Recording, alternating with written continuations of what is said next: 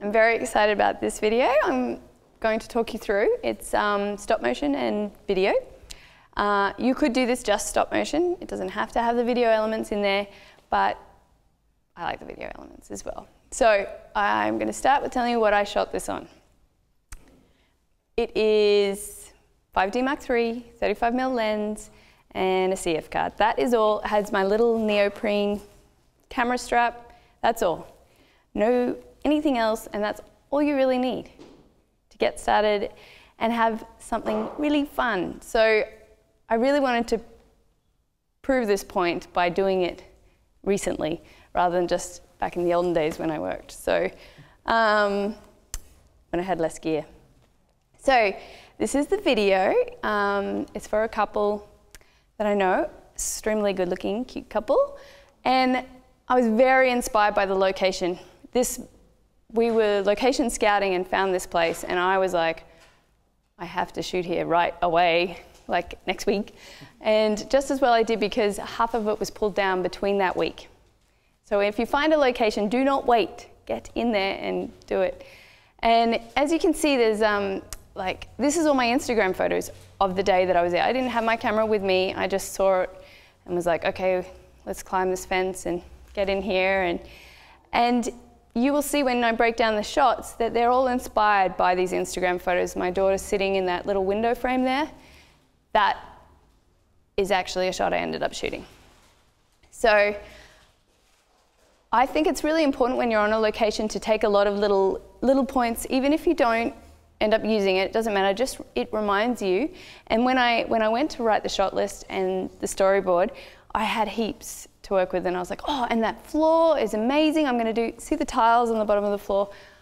I was in love with those. So yeah, it's really worth, on your iPhone, just get as much as you can to jog your memory.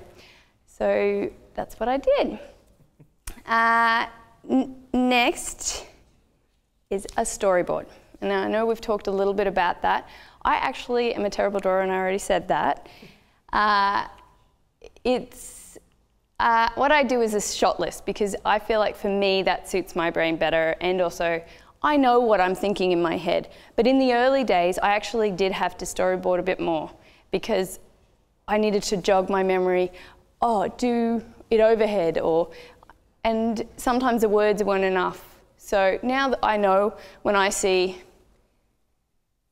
later when we go into your shot list, I gave them the most appalling shot list. It was only for me, and then they started reading. I was like, oh, it doesn't make sense. But I said, you know, multiple shots of shooting.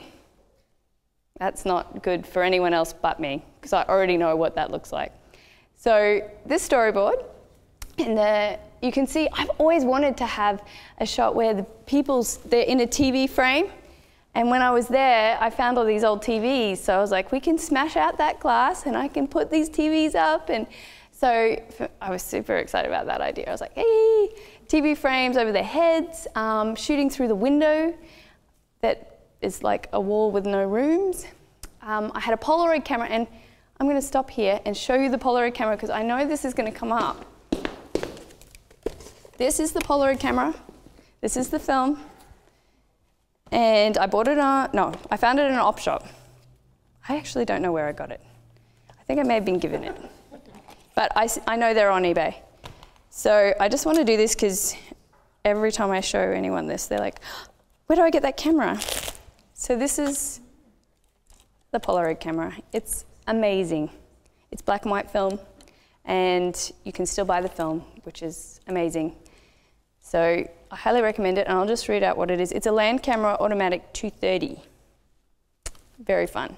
Took a couple of rolls to get it right, but after that, you're good. So I taught the couple how to use the camera themselves, and then I filmed them shooting each other. So when I go to a shoot and I have a shot list and a whole range of things in mind, sometimes something I have in mind doesn't work. And that's actually why I don't like going to the time of drawing all the pictures. But they still jog my memory to explore and play. So I do think early on it's well worth, even if your drawings are appalling. My husband's a designer, so he drew those. You should see mine, they're not good. you'll never see them. So yeah, I think this is a good example, and we're going to keep going. I'm going to show you the film next, and then we're going to break it down with that 10 steps, so you can see exactly how it all plays out. So let's have a look.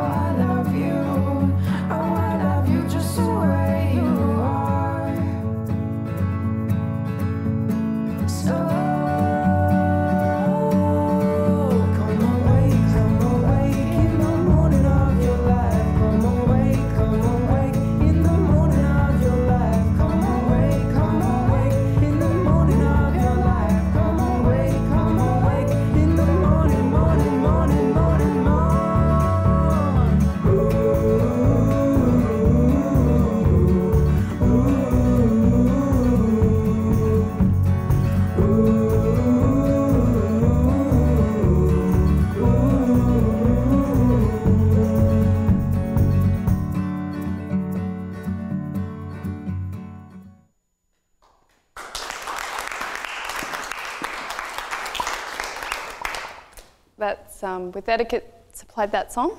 So yeah, I want to go around and get each of you to tell me what you liked about that film and what it made you think when you were, what's your thoughts about it?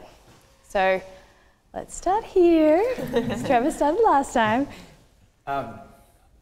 The stop motion, so if you look at any one of those pictures, there's a lot of emotion coming from them, and any one of them is a great shot, but when you combine them, you see that range of emotion still in stills, but with movement, and you see, you know, 1 minute she's not smiling and she looks like content and happy, and the next minute she's, you know, cute smiling like she's just that much in love and can't help herself, and then she's back and she's all over the place, and it looks really great, like when you play those all together like that. Yeah, yeah, it's and what I love is that I end up with amazing stills that I wouldn't have done if I was doing just a still. Mm-hmm.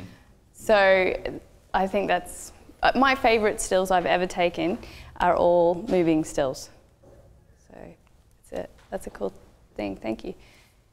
I just love your storytelling. You are so amazing. I loved how even with your stills, you still get all those different angles like you're still videoing.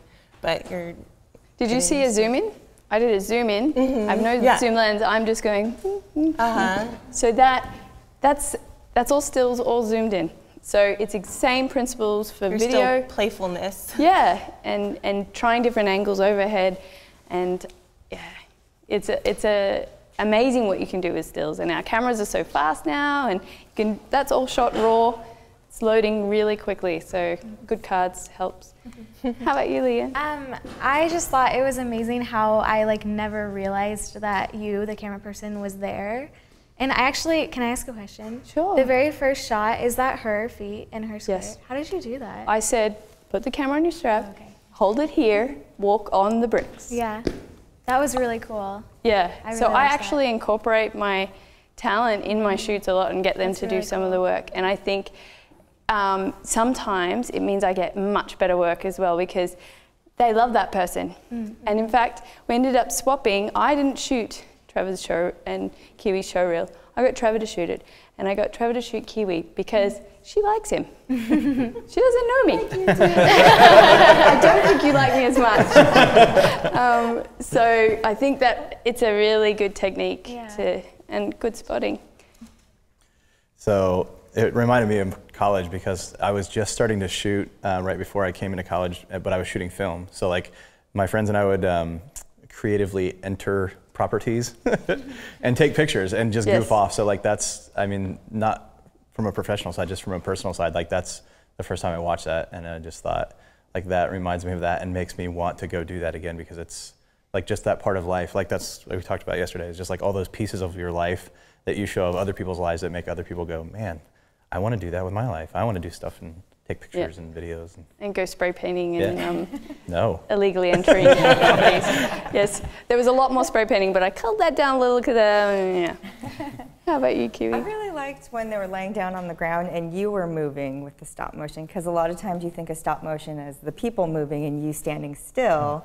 And I liked how you were moving the camera and they were staying still. And remember, there's no stabilizing, nothing. I'm literally running around over the top of them, and it still works. It's jolty, but it works. And I think the music and the speed of which you're doing your photos helps. I'm shooting a lot of photos.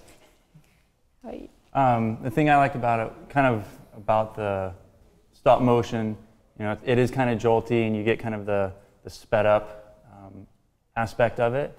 But then you take a second and you go into video that's slow motion, and so it gives you the viewer kind of a time to relax a little bit, and then you go back into the quicker stop motion. That's what I feel about. That's why I like to join them together. I feel like I need a little break from the flickering. And that's why I love Fusion. I think it's amazing. So I like that comment, because I think it's not hard to do a tiny bit of video of whatever you're doing and adding that in there. But I think do start, like Sue says, start with stop motion, because it's going to be second nature to all of you. So, Hailey, can we tell you what we've asked people online as well to contribute.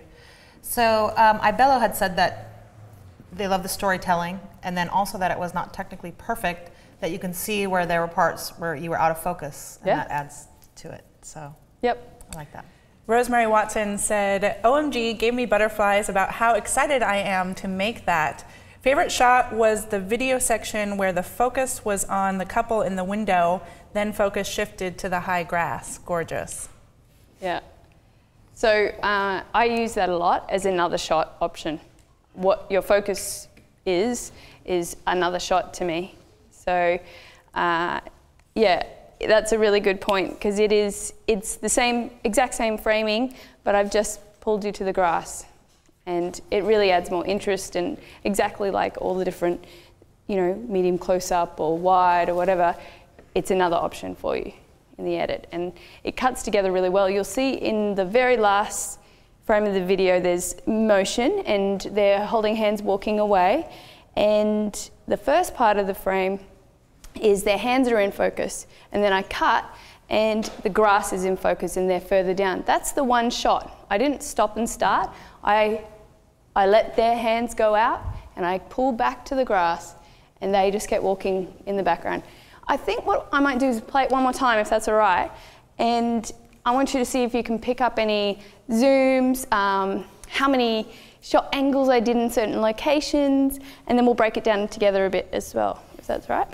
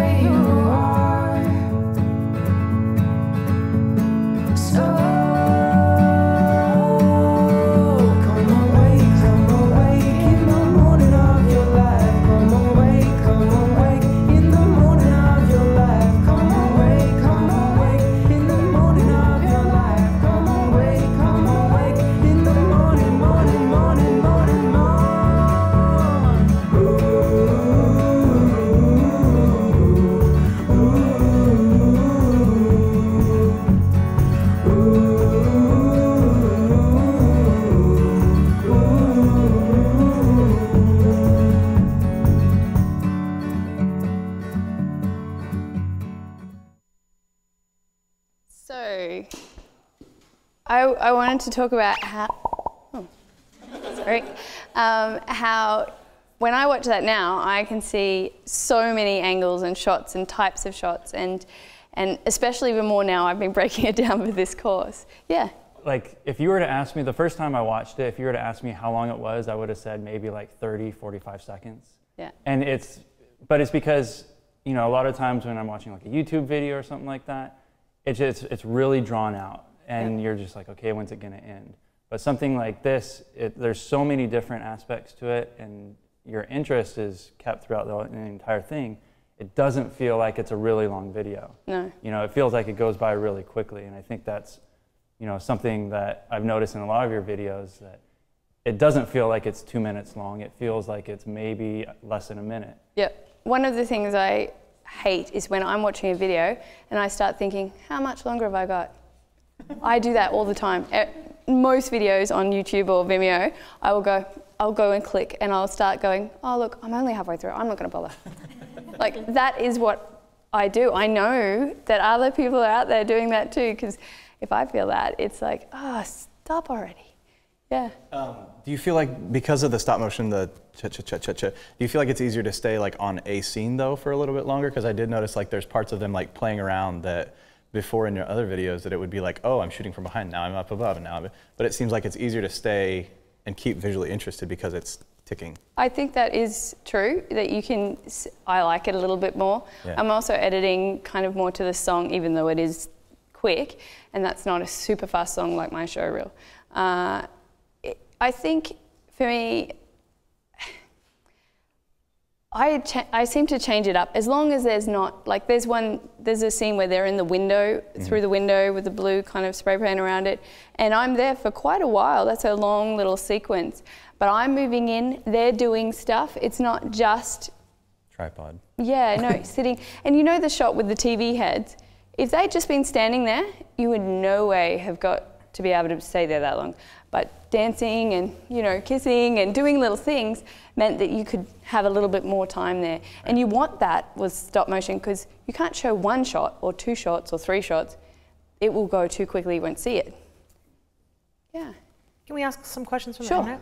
Speaking of how many shots, AMC 1217 had asked how many stills does it take to make up the stop motion segments? Wondering how many went into the segment in the video that you just showed. How many stills? That's a really good question, and I don't have an answer for you. I will count them and I'll tell you tomorrow. It's a lot. And I also want to say that when I did that circle around them there on the floor, and I'm running around like this, the first time it was out of focus because I'm not looking through the viewfinder. So do it again. And I think I did it 3 times before I got it to a point where I was really like, yeah, I covered that. Yeah.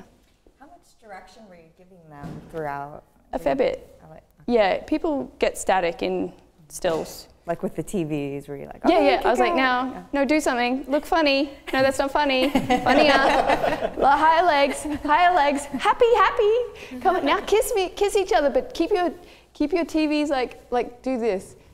And it is a lot of directing. It's a big part of what I do. But at the same time, I bounce off who they are. I'm not going to make you into a super happy, bouncy person if you're not. I'll go with that. But I do think, yeah, that's one of the beauties of shooting people, is you don't know what you're going to get. Yeah, sorry. Is it okay if we ask a few more? Okay, great. So just to reiterate for exposed radiance, when you are shooting, you're shooting in RAW or JPEG? I always shoot RAW, and I'm going to go through that process with you guys, and I edit in Photo Mechanic and pull them into ACR. Not edit, sorry. I cull in Photo Mechanic and edit in ACR. Cool. Because I can do a lot. But Kiwi did it the other day in Lightroom. So whatever suits you, you can do it however you like. So I had a question. I was talking to a friend last night about this, and when you talked about your video that you did for the college student, the senior video that you did for Sue. Anna? Yeah, thank you. Yep. And you said that you picked the song first. Sue. For that one. Oh, Sue picked the song first. Sue came to me with this, it's the same artist who had made the previous song, and she came to me and said, this is a perfect song for a seniors video. Okay, perfect. So Beauty of the Lake from St. Pete had asked, do you have the song first? Do you pick the song and then figure out how much video photos you need to fill it? Or if you don't have enough, will you just end the song sooner? And I'm wondering if you normally pick the song first. I know we talked a little bit about that yesterday. You can juggle that around. So sometimes I'm inspired by a song and I'm like, oh, I'd love to make a film about you with that song in mind. And that's what I kind of did with you guys, and I've kind of done that with Sue. Her first video, though, we didn't have the song when I wrote her shot list. So, you know, it's a bit of both. I didn't have the song when I shot this, but I searched and searched and searched for the right song, and I know exactly what I have in mind. And that takes practice. And what I used to do was pull in 3 or 4 songs that I thought, oh, that might work, I don't know, maybe. Or if you can't pull it in because it's in a library and you can't access it till you pay for it, I would get my video. It would be all, you know, sitting there, just a chunk of footage, not edited, all culled clips, and I would press play on the library, and then I'd go to the timeline and I'd press play there, and you'd see it, and I'd go, that feels wrong. It's a feeling I get, and I think you've got to listen to that inside you that's like, oh, this feels good, or this feels... So, yeah. And what about trying to fill the song? Do you always fill up the song? No. Okay. No. You don't try to match the music? Don't try and do that. Every song has a down point, or good songs do, and if I don't want a down point, then I take it out. I edit this, pretty much every song is edited. And also, I like everything mostly under 2 minutes. Oh. Under 2 minutes? For showreels or this type of thing, after that, I start thinking, yeah. So most songs are more than that? Yeah, most songs. Cool. Okay, great. So you'll cut between, like you said, that if there's a down point in the song, you'll cut that middle part out? Well, or will you just kind of end the song and then maybe go to a different song? I'll talk more about that with your showreel, because I did a really good example of that in yours. Okay. Well, the editor did. So yeah, it is a case of, do I want a slow part? Do I want a fast part? Do I need a slow part because I've got all this slow motion footage that I want to use? So, yeah. What program do you use to edit the music? Is that in the same as where you're editing the video? Wherever you edit the video, I do it in there, but there are better sites for that, but I don't know how to use them. So.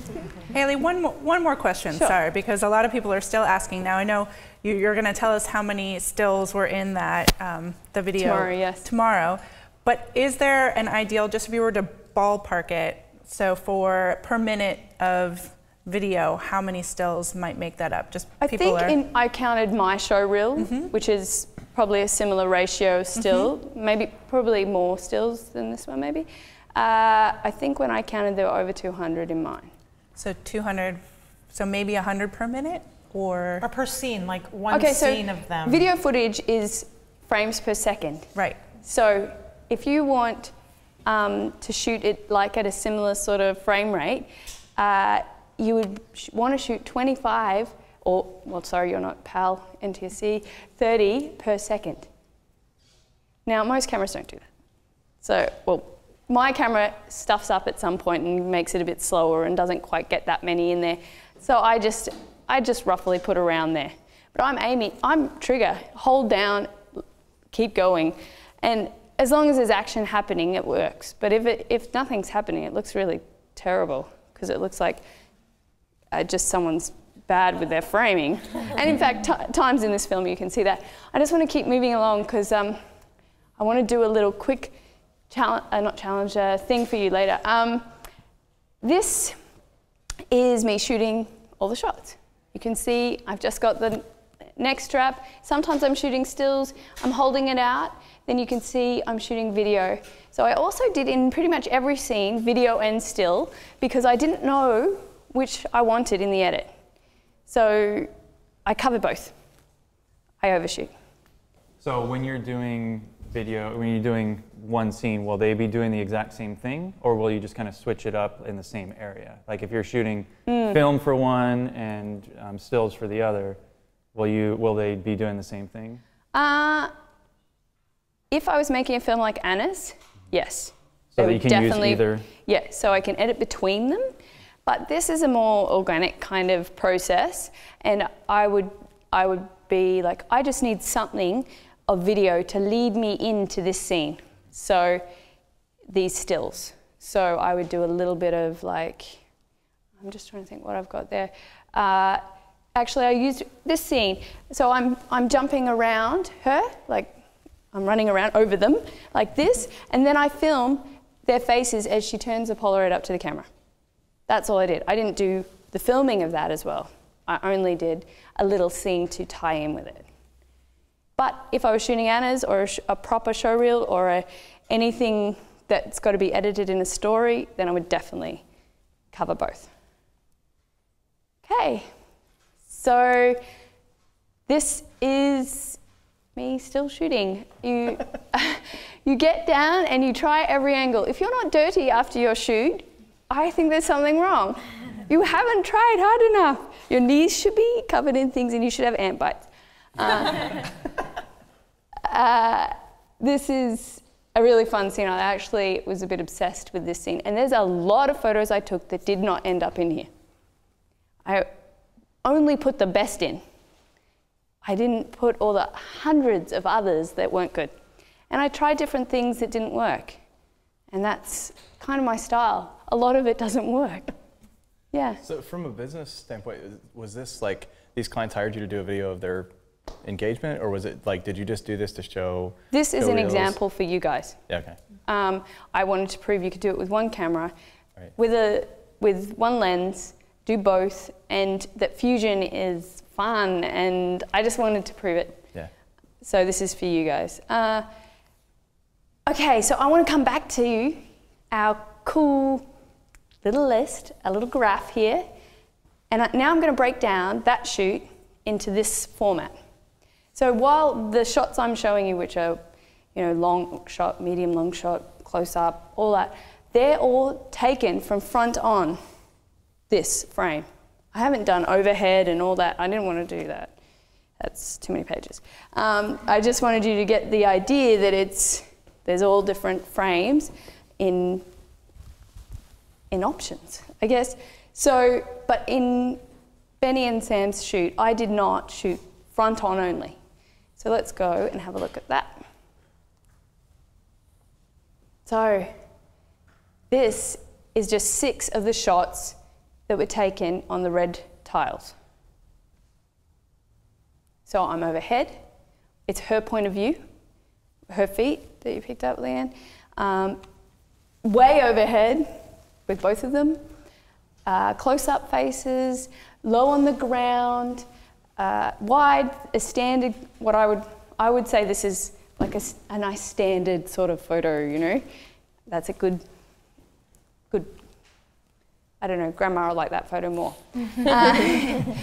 So that's one example. But there, if I pulled this whole shoot apart, there would be so many. Here's another one. Just for the Polaroid shooting, there were heap more of these too, not just these, but I've done.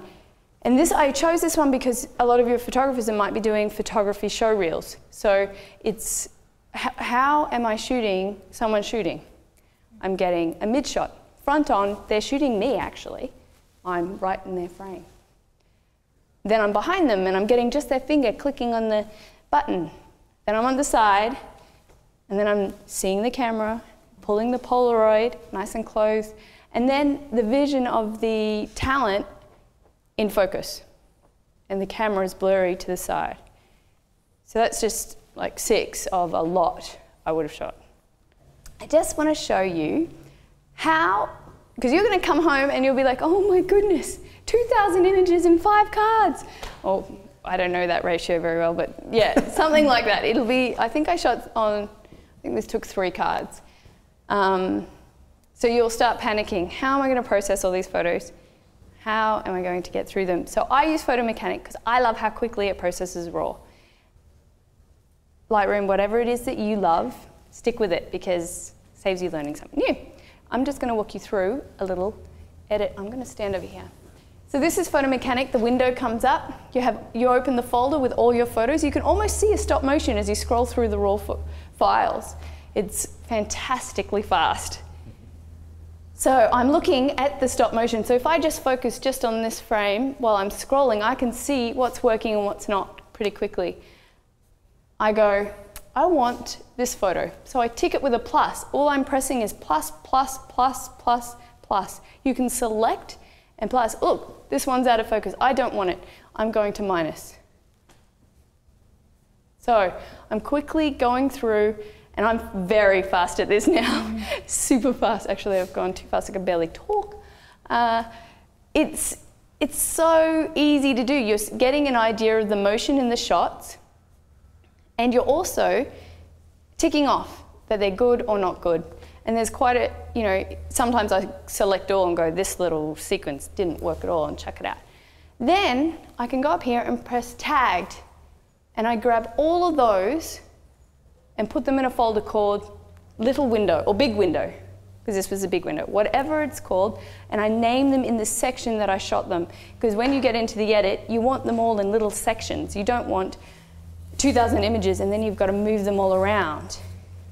So when you're going through all of the, let's say you've got a sequence of 30 shots, yes, and it's all of the window. Yes. Will you skip pictures in that sequence? Sometimes, yeah. If I hated it, or if it's out of focus, so badly out of focus, yeah, but the rest is working, I just check it out. You don't even notice it in the film because it's going so fast. You didn't notice, but you know, it's probably not, you don't want to take 4 out in the middle of someone moving like this. If I'm one step, one step, one step, one step, and then we take those last 2 out, and you go from here in the video to here, yeah, which can look cool too, but only if you want to do that. Okay, so from there, I've got a folder full of raw files, and I'm going to take them into ACR, which is Photoshop. I select all in this folder, and these are different shots, but bear with me. And select all and pull them into Photoshop, which I'm doing, and it opens up in this window, ACR Raw. I can select all, which I'm doing in a second, but you can see down the side, there's a lot of images, but they're all the wrong frame size. So I want to quickly reframe them for 16:9 for screen.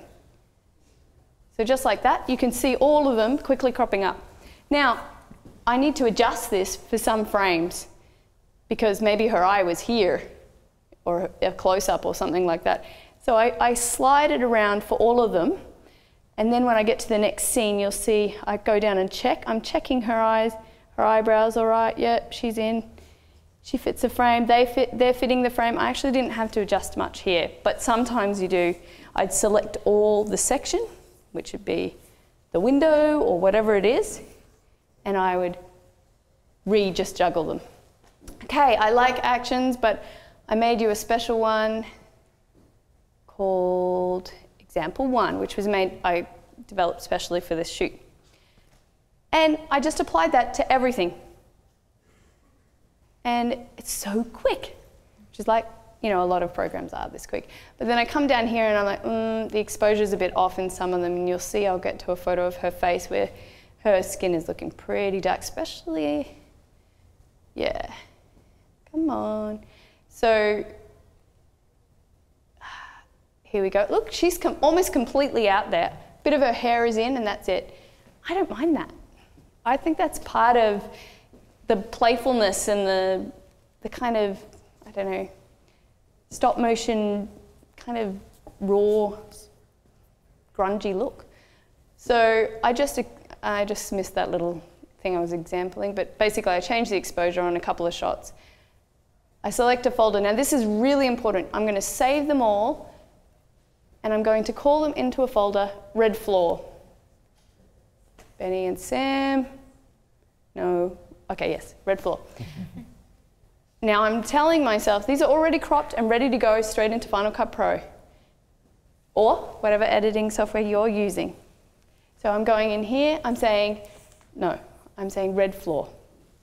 And I'm saving them all as JPEGs. And I'm going to put a serial number. Now this is super important. You do not want to get in there with all the same file name, out of order. It's a disaster. So you begin numbering at 001, and then from there, they'll all stay in order when you pull them in. You don't have to chop and change between them. So then I'm going to Final Cut Pro. I'm setting my user settings. In any editing software, they will have what still freeze frame duration do you want? Set it to 0.4.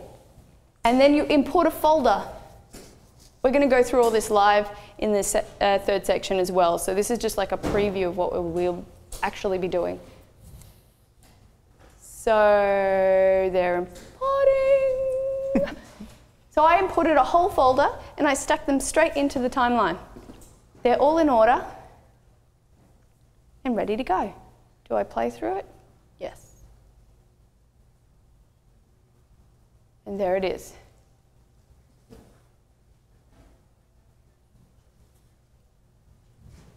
So I actually usually break them up into each location so that I'm not getting multiple ones, so that I know this folder is on the red floor, this folder is here, and this folder is here.